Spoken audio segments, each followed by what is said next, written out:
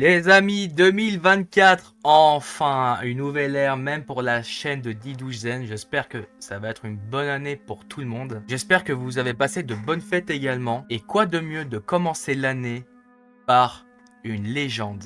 Connaissez-vous le Wendigo, une créature légendaire issue de la mythologie amérindienne, principalement représentée dans les traditions des peuples autochtones d'Amérique du Nord. Le Wendigo est souvent représenté comme une créature surnaturelle associée à la famine, à la malédiction et à la transformation d'un être humain en une entité monstrueuse. En vrai, il y a beaucoup d'êtres humains en monstres, bref. Selon différentes versions de la légende, le Wendigo peut être le résultat de la consommation de chair humaine ou le produit d'un mauvais sort jeté par un chaman. Si vous ne savez pas ce que c'est un chaman, voici une image. La transformation brutale du Wendigo est caractérisée par des pulsions violentes, notamment le désir de consommer de la chair humaine. Il est souvent décrit comme vivant dans des endroits isolés tels que des forêts ou des montagnes, où il est évidemment déconseillé de s'aventurer, surtout le soir. Bien que le mythe du Wendigo soit ancré dans la culture amérindienne, il a également trouvé sa place dans la culture populaire moderne, apparaissant dans les jeux vidéo, des films d'épouvante ou d'autres œuvres artistiques qui s'inspirent des légendes et des mythes. En 1661, un ancien texte historique traitant des relations entre les colons et les Amérindiens des régions du nord d'Amérique évoque l'existence d'une véritable psychose qui s'est emparée de toute une colonie. Une tribu entière dans une région du Canada, les poussant à s'entretuer. Certains membres de cette communauté étaient sous l'emprise d'une étrange maladie. Le texte relate un acte de cannibalisme barbare que l'auteur compare à une attaque de loup-garou.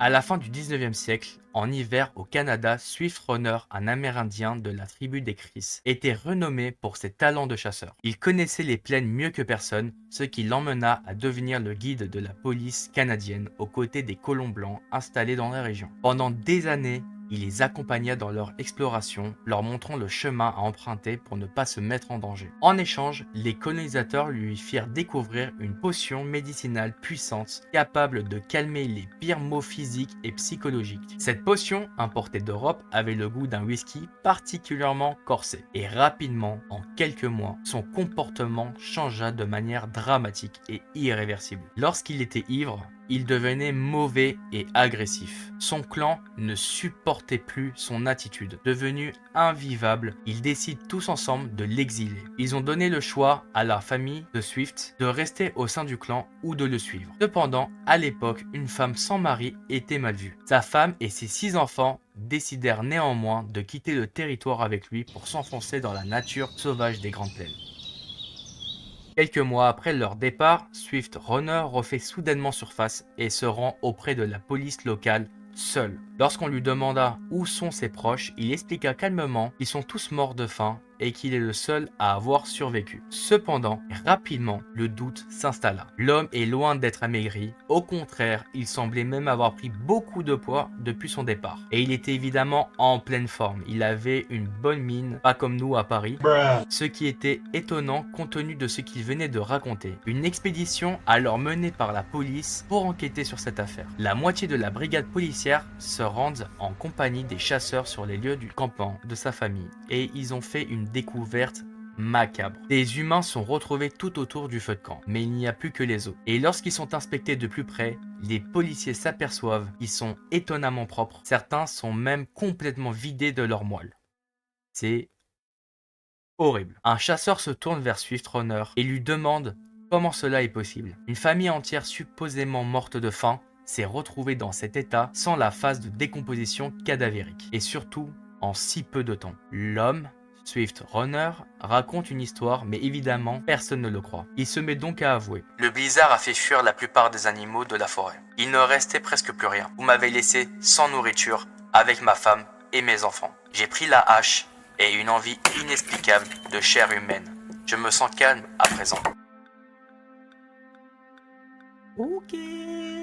Le groupe, choqué par ce qu'il venait d'entendre, se dit « Ça ne fait aucun doute, il a été possédé par un Wendigo. » À l'époque, on cherchait pas plus loin, Ils ont bien fait. Dans les légendes amérindiennes, le Wendigo est un monstre terrifiant qui se nourrit exclusivement de chair humaine. Le professeur écrivain Basil Johnson décrit le Wendigo comme une créature immense au visage tiré rappelant un cadavre. Ses yeux sont gris et ternes, enfoncés dans leur orbite, évoquant un squelette. Ses lèvres ne sont plus que des lambeaux de chair putréfiés et sa peau recouverte de plaies, semblable à l'idée que l'on se fait des morts vivants. Et effectivement, ça me dégoûte. Il est dit aussi que ses yeux brillent dans la nuit, que ses dents sont remplacées par des crocs acérés, ses mains ornées de griffes puissantes, et que sa langue est au moins 2 fois plus longue qu'une langue humaine. Le Wendigo est également doté d'un odorat hors pair, lui permettant de repérer ses proies à des kilomètres à la ronde. Bien sûr, il est également bien résistant au froid et à la fatigue. Il possède une endurance surhumaine, ce qui lui permet de chasser en toutes circonstances, toute l'année. On dit aussi qu'il est capable d'imiter les cris de détresse d'un être humain,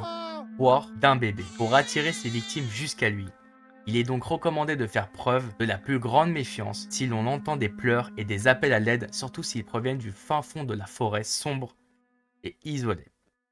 En vrai, même en pleine lumière, comme ça, j'y vais même pas. C'est que les Wendigos sont à l'origine des êtres humains parfaitement normaux, généralement membres actifs d'une tribu locale. Lorsqu'un humain transgresse cette limite morale du cannibalisme ou de la spiritualité, en gros il se fait punir méchamment par un chaman, il se retrouve transformé pour toujours, son apparence reflète pleinement l'horreur de ses agissements. Et plus inquiétant encore, parce que c'était pas suffisant, selon certaines légendes, le Wendigo a la capacité d'envoûter d'autres êtres humains et de les transformer à leur tour en Wendigo, en les convainquant de passer à l'acte. Il est dit aussi qu'une personne ayant survécu à une attaque de Wendigo peut se transformer si elle a été mordue. Il arrive très régulièrement que des témoignages circulent à propos de cette créature. Un homme raconte avoir eu la peur de sa vie lorsqu'il campait dans les bois avec ses amis. Tout commença par des bruits de branches écrasées de craquements, mais le bruit arriva de plus en plus près du campement. Puis soudain, des bruits de souffle, des gémissements qui semblaient provenir d'un humain blessé.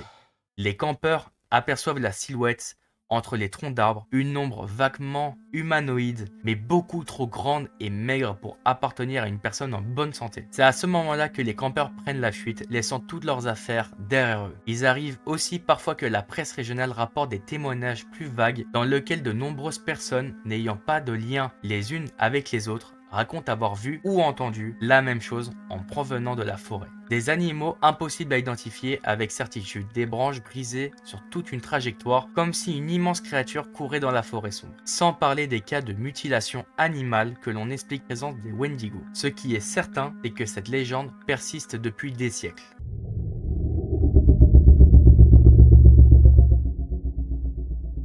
Une autre affaire a fait le tour des journaux locaux au début du XXe siècle dans l'Ontario. Le chaman d'une tribu, Jack Fiddler, est arrêté pour meurtre par la police canadienne. L'homme est connu pour ses talents de magie, mais surtout pour sa capacité à triompher des Wendigo, qu'ils soient complètement transformés ou sur le point de l'être. Au cours de sa vie, il affirme avoir tué pas moins de 14 Wendigo et sauvé plusieurs familles d'individus malades, c'est-à-dire qu'il a empêché que les gens deviennent des Wendigo.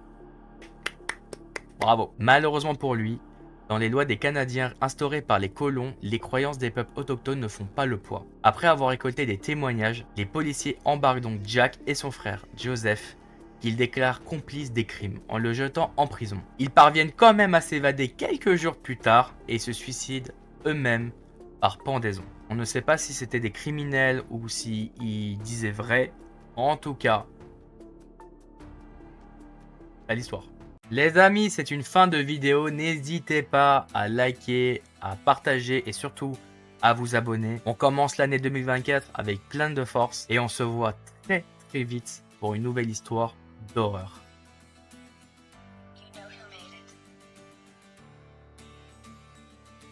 Hey my love, how are you? Did your broken part say I do by the house we left, falling asleep in a car on a one-way. Now we're both crying now, every brick we stacked falling down in a place I loved, bleeding it out through the heart. Let's die somewhere we were start.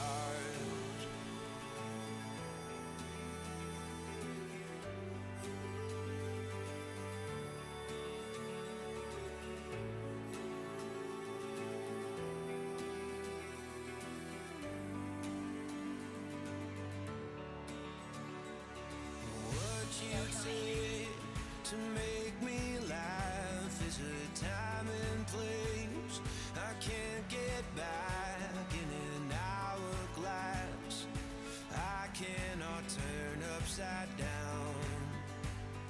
Flashes of lightning paint the sky and burn it out. In the bulrushes, no basket found. In the place I've gone, sang itself out like a song. Don't look at me like I'm wrong.